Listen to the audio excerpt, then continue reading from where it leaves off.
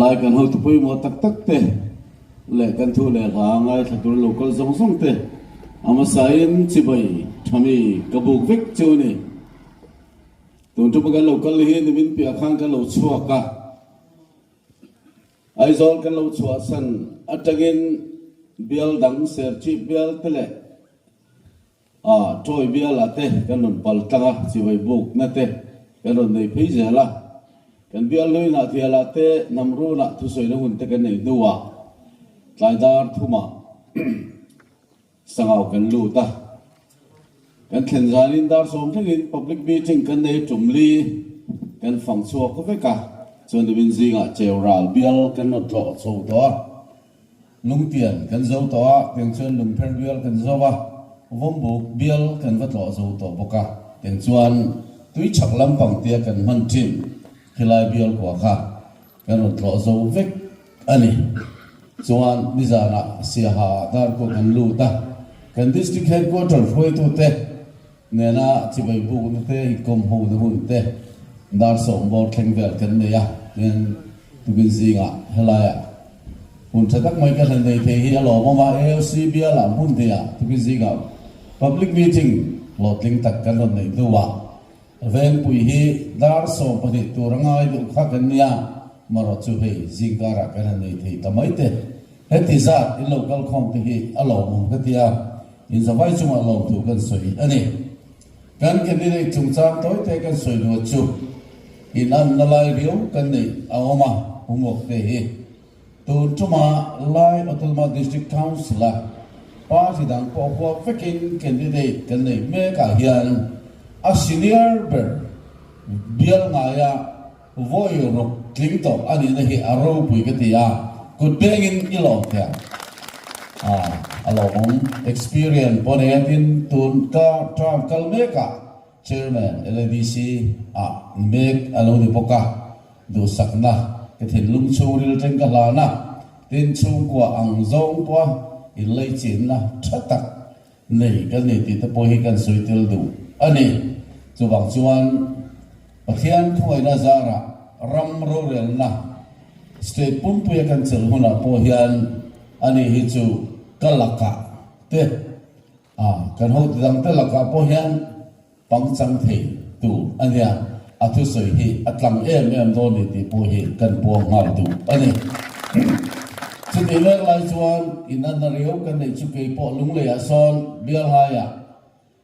khai la ko mi la wa chol mi la ven voi nga than kin kania chu bin wa sau tu bi bial kan te han thel biala tram kal ta khan cabinet minister tram thum kaluna kapang rala tin chuan tun tum he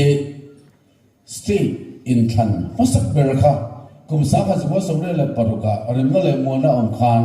amha zong kha chu UT period UT hun lai ni in than tam tak kha ma chon tam tak no ma kan chief minister ni thin zom tak pu ho la te po tram tam tak an lo jing to pu han Kristo chakma te po tlabung biala UT lai tang to lo jing jing to te an ni amar su tun chuma ka thin dam bial by election ero hi chu kan ne na hi pathian awang ni thi ka soi duwa ruling anwang lai tak kum hi em po laman ma in ruling thapui tho na kara miri sole mele tam tak som thum don an ne ya be pui chol lowa an thang na kara kan in pal chuak hi lalpan ka kong abu sei la ni ti ka pu chiang le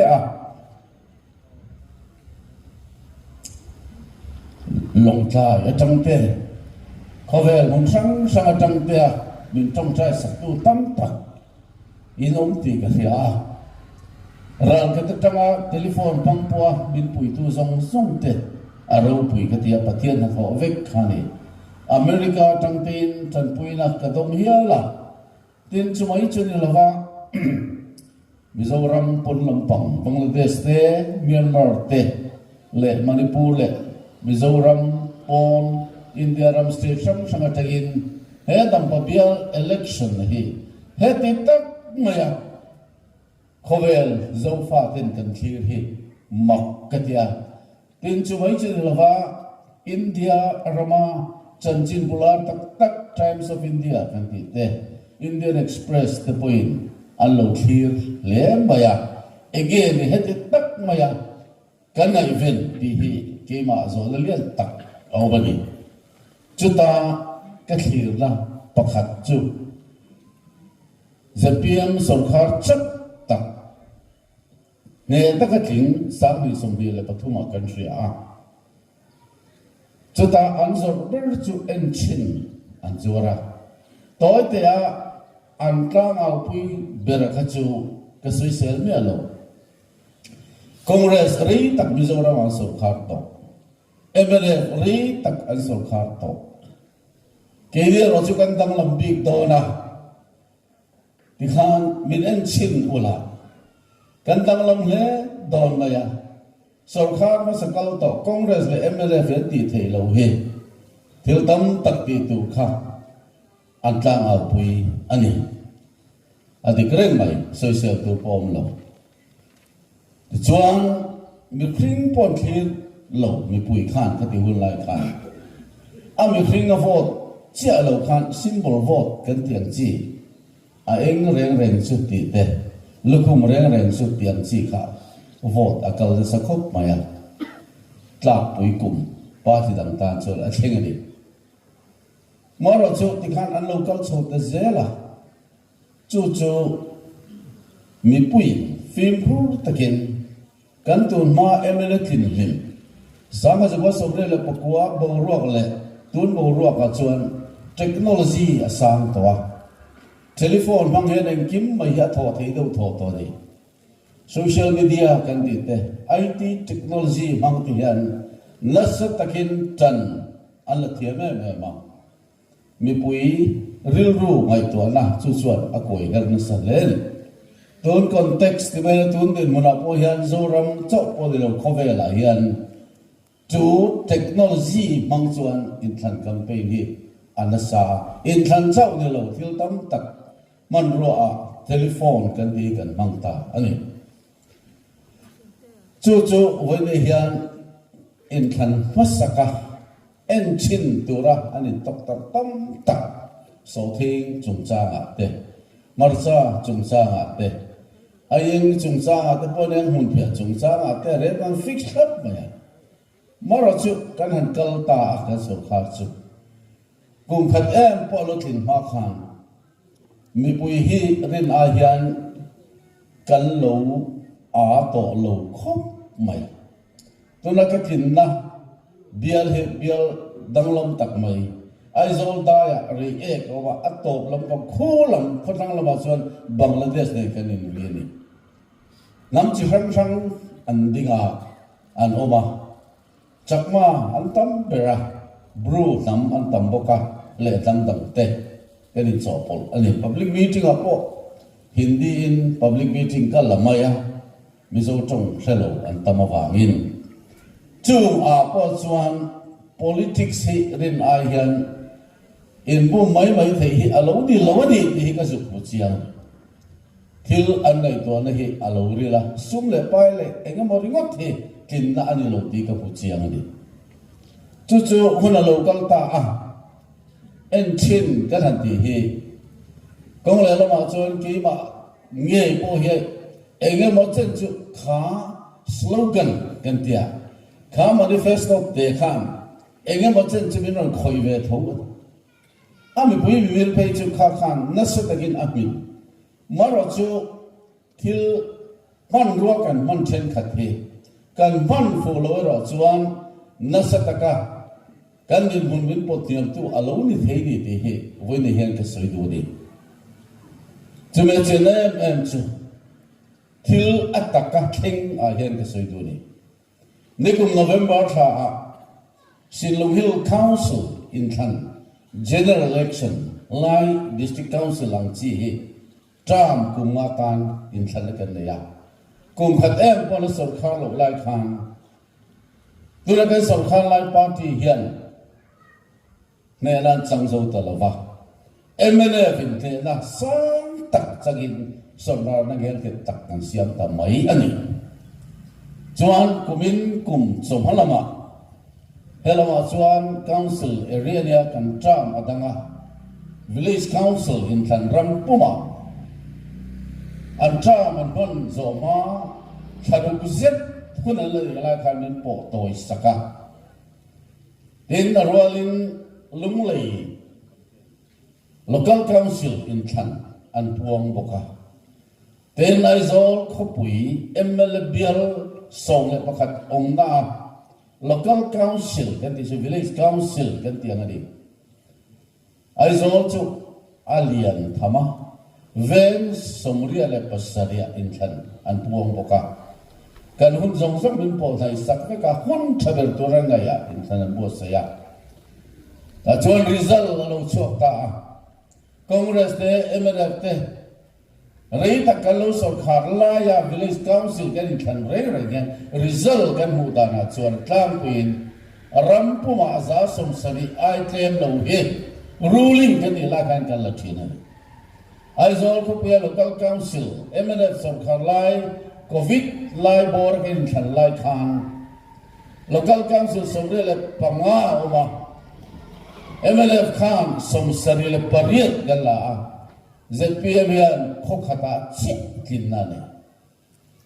Congress anking vel nuala about independence 90% zasum wakalani mase tu thila chu adik talawani kum khat le tlem anan sol khalai kumin kum chomala wen thangkha result alo chokta local council chuan azat ve po alla zo talo ruling village council azat ve po alla zo talo ani chu wene yan ben har kan lai takani downward trend nan dia achuk zong yan wene yan ZPM hi chap takin kaltani don tuma by election kanaw lo din tuang sailo dinabiala atram phang zo lo wa si takawak yan kan kho har te kan mi tu tlang te ru khol ani the na tu tan le a ma chop sun som tu hian chu ko laina ten tlo mai mai te min ti a MLA le minister tam ru kum som thum lo ni to ta by election din a chi lo ti ka ria maro chu ulai dam bo bia la unit zong song le kan block pathum ten okhata thon thena wangin kalo ding ta a yen chuan pathira wang leu in lalpan kan ma huaya ne na kan changta ani ti zong khan sarkar lai ma ni sela tlak don chuan ti khan ani zel mai ni chumi chu wen ne kan bu fia thiam apoi moa kan council in thana po hian chumi an diam zel don an diam a ti a symptom ma dia a chin chian a sai na chu mu thein alo thleng me kani tur chuma bial kwa lek a chakalam pang sanga wa tanga he ta bol hui thleng ka han kal chuana po hian ke man ho takaron pal tam po hian karon bu ri roi ta ni en tina cheural bela chuan MDC MLF ticket a thing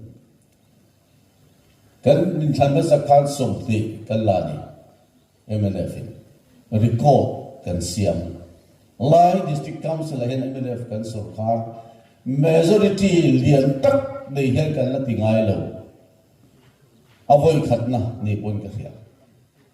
ngar chuin pension then khat kan than tin nge te nom ze thom ma lo chu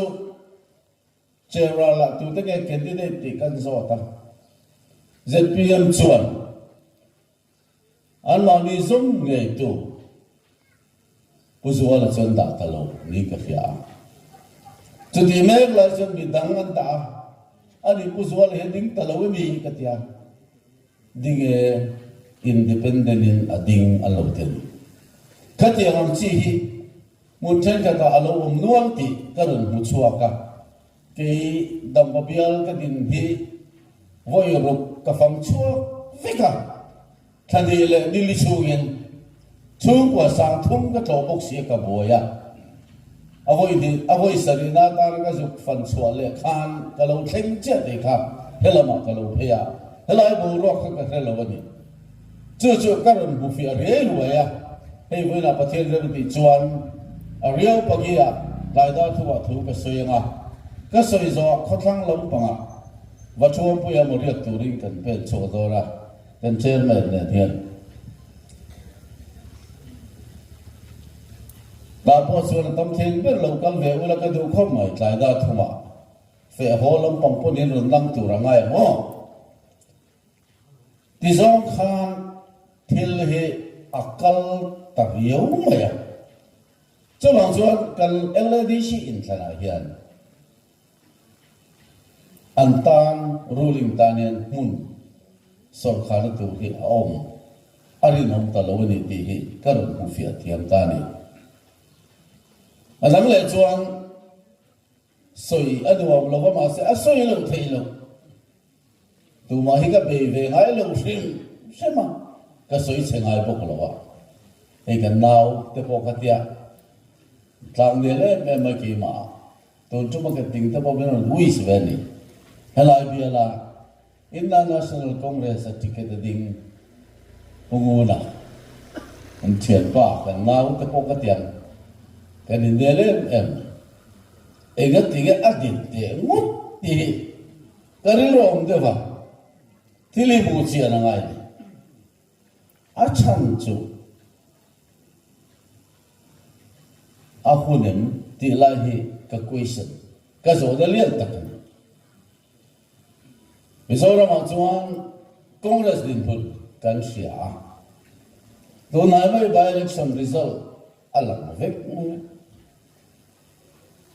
MLA ram puma pakhat anei chum chu helaya arot ding do na athalowe ka ti da lam ni me alawin tunam din bula hian tin nge lai district council hian ni na ro pui tak mai MDC nei claim si ta khan a om ngot theng thi ka ngai tu chuang so ngai tu na film tak it lo nei ka duwa a sor khan siam tu lama hian oi nei hen kan ril ro kan ngai tu na kha khoi takin in man kha ka tu ni India rampung pui politik khir taila ton den hora hi chuan India ram anga hian Congress tan hian han sarkar le dor ka tur tan hian thil mak dang lam tak mi hring ngai tu na thleng phalo a thleng thut ani lo chuan a kong hi a ping viau ani tin Mizoram a ko ani tho mai a hun a lo thlen lo hi chuan sut lui thei hi ani lo tat mai tu na chong ku be ko baza ka chuan ala om no mai thei boka thil dang lam ton den hun anga chuan voinia Mizoram politics clear hian kan lam hoi zo ka clear ron te cho na tle lai ge chuan kong dang kan hoi lo thiam hi awa chado ne ti hi ve pu he kan soi ve ni chu kong dang hoi lo kha voter ten athat karing kadu sak chiwa ang ka soi ni chu ka soi hi adik thokhat viu chu voi ni hang kan phiat chian apoi mo ni ti ka soi le do ni adang le chuan kan ruling party di me te chan chi ni soi angai ke ti lo ba maro chu politics sa thil boi thak de chu ton siat nei mia lo voi hat po minister la ni ngai lo te vek khan kan ram ro le la khol anan chuta milan wa phian in than ma en chin anan tia kha alo di thei talava kan ma sa de lok khen khan thil di thei mang lo tu rom chi hi ram ro le la lu ber ta po han kan la soi ma do ka tia ne mi na mobile phone ka den ve zoya kabia lui dar zo wa hian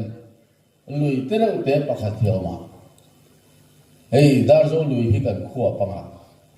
megawa sang ni le zali pe chok the di don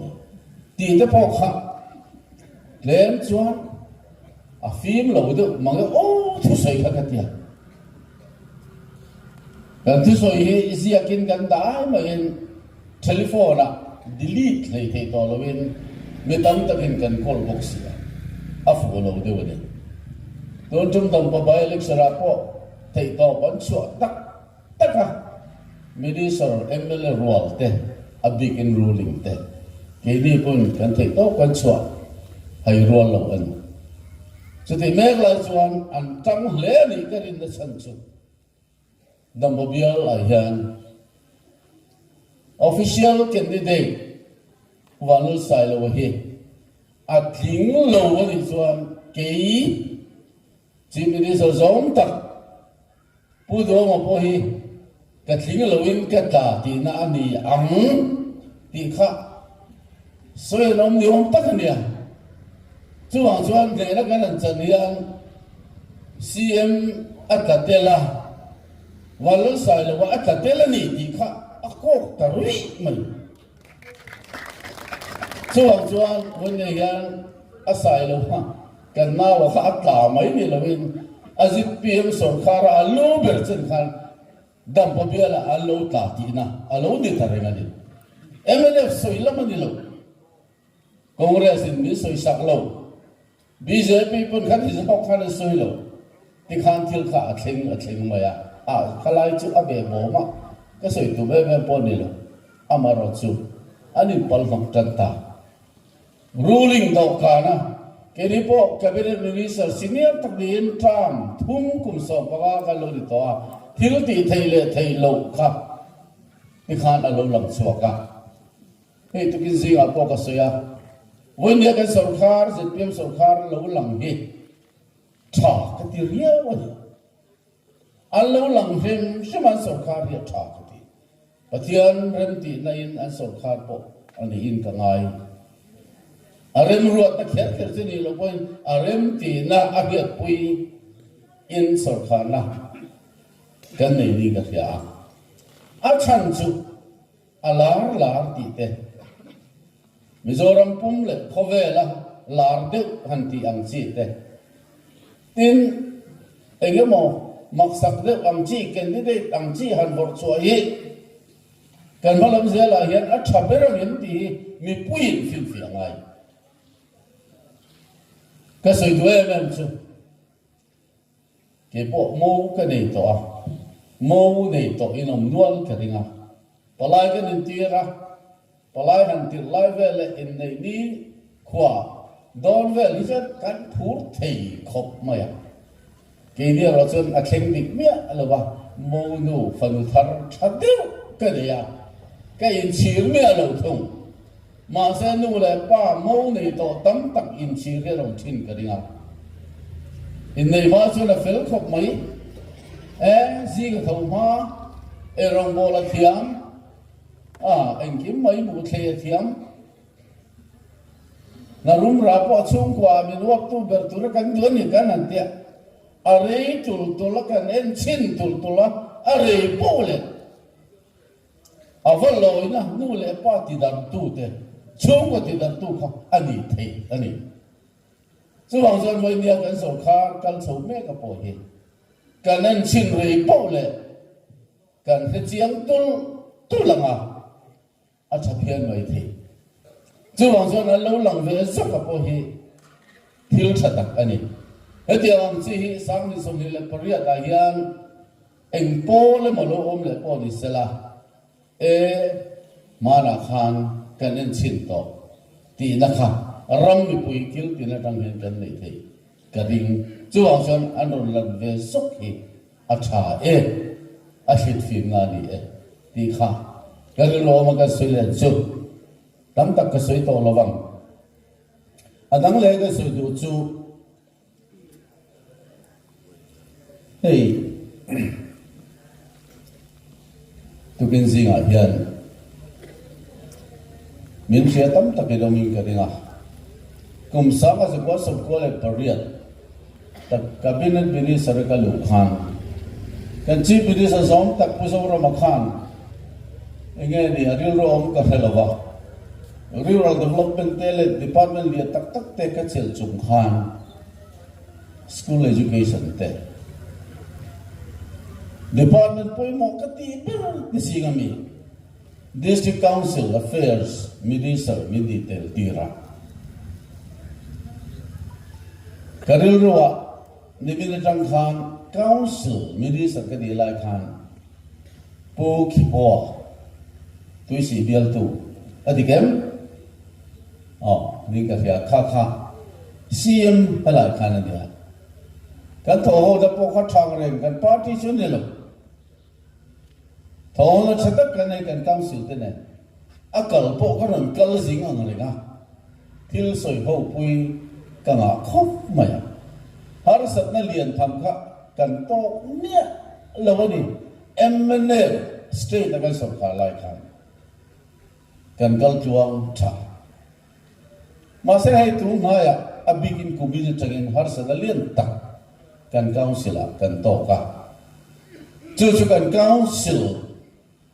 akan sarkar na thok te le mr chinin har sat na lian tak kan to tel ta ka chu kan sum state sarkar ni min friend sakrai tu ka ei chu apoi ka ti khop maya kheng non to lo se la ti ka du ni kheng non to lo ram se la ti ka du chu mai chu ne la va development sum claim zone kan lo nei ve autonoma district council kan lo ve po mang le thei lo in voi ne thenga kan la om te hi apoi ka ti six schedule la fel takin in kai thole dan aoma he state sarkara rural tu kan dia banga palzut para khoen bumia lawa voine kan palzut thi kan sobdor kan sob nok ang chi hi chu apoi ka ti khop maya pathian le pui zara state in thanom le nga kan ku ta ro le la om le ni chuan he ti ang thil ya theng don lo ti ka sui ni har sa na le no ka chang chuan om ve tho mai thei ma sela kan sui howanga enge achan bi pui kan fil fiam kan sutang zela sarkar tha kan council kan nei apoi mo chu chu voi ne hian karil ru alian ma Ajulana Zirin kan council pathum LADC, MADC le CADC ho tu te po. Ajul le china kan ko 4. Khadi zonga mumal taka kini pathian le kan ram tan ti tu nge te phei chuanin. Mangai na le lai na ne na kan council ere kan en ko lo chuan mason na om do lo gen ka fia a. Chu voi ne hian politics ka nom chan po ni don lo mon le siam that na thoi thin rigot po hian ni lo ni na han chel rigot ni lovin na thok tu ra ta na ka ni pu se da kha chung lam hian mal aso bang ti ka be se tlat ani chu voi ne hian thu tak nge gok hi han soi ka ro ro a om tlat maya ka cha du chu ani ei tun tuma assembly house ka thu ve le don ta a tum sari na state in than a tang han ka la ding na nga da tum kwa tun tuma by election a ruling party ten thei to chotan an lak le party dang point thei to chotan kan lak la in state ani atanga in than om to zong sunga tum sari tling a tling tam be din mura dam papial le nang ni ho in tung chai na zar le min boy pui na zara kan in lang kai thei hi ka dam chung zong he ka thei gil don to lo wa record kan an siam be rim rim thei hi kan ta lang be rim rim do ni chapong thil ani lo ve Patianin chuturin voine helmen du ani karing assembly house chuang chuan solai kan ro relakal tlang poin thei top choin lai council wam chunga hian kan theyang angin ro relakol kan chel na mang poin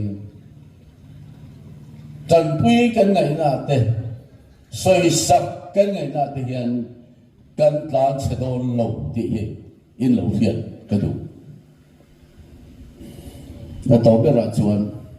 voine kan candidate hi hun bulama ka sei tom khan senior fal tak bial nga ya azona thing ani lo poin tam ru chel thei kan nei hi ama poi pathianin voine hian helai veng pui bial tan hian alada aniang a ti ka ngai to na oma chuwang chuan veng pui huam chung he constituency huam chunga vote nei zong zong ten in vote lu tak kha in pe kangen saka he kangen sakhi voine hian ama mi mal sim sim pia lama ni lovin kini puin helai bial avon le a ama kal tang le district council thunei na kal tanga na to tur tam tak kan ma chop te voinia mo phudal le thei tura kan lam kai nan ngem na ka siam saka party dam tan pon voinia pu huak te hi aye yong lo in ti fu thawa BJP kan ni poin don chumai chuan ama mi mal du sak na lamai bain na thok tura kan lama mo na zot le kan la man chang kai le tura tan hian BJP kan ni poin Indian National Congress voter angai kan ni poin ruling party nge ZPM kan lo ni poin khongai takin kangen na hi chungril atangat he bial ven pui bial te lai district council kamangai na le kalai na tagin ka chungril atagin kangen sakmui ngoi ani chuten tur chuan kangen na